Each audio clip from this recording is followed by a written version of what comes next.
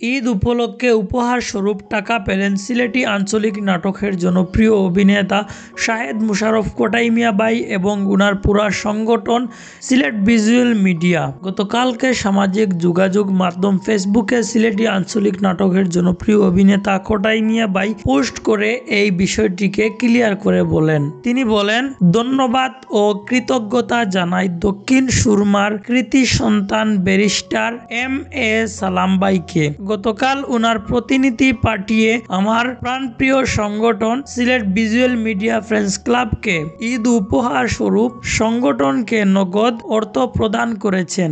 আরো কৃতজ্ঞ রাসেল ভাইয়ের প্রতি। উনি সবসময় খেয়াল রাখেন কে বা কাহারা সহযোগিতা পাওয়ার যোগ্য। এরকম সৎ একজন শক্ত কর্মী সালাম ভাইয়ের জন্য কল্যাণকর। তো আপনারা শুনতেই পারলেন কি বললেন সিলেটি নাটকের জনপ্রিয় অভিনেতা কোটাই মিয়া ভাই উনার প্রাণপ্রিয় সংগঠন ঈশা মিডিয়াকে ঈদ উপলক্ষে উপহার স্বরূপ কয়েকটি টাকা দিয়ে সাহায্য করার জন্য। তো যিনি এই টাকাগুলো দিয়েছেন তিনি নিশ্চয়ই খুবই বড় একজন সিলেটি নাটকের ফ্যান। সেজন্যই হয়তো এই টাকাগুলা সিলেটি নাটকের অভিনেতা ও অভিনেত্রীদের হাতে তুলে দিয়েছেন, যাতে ওনারা সুন্দর করে ওনাদের ঈদটা কাটান।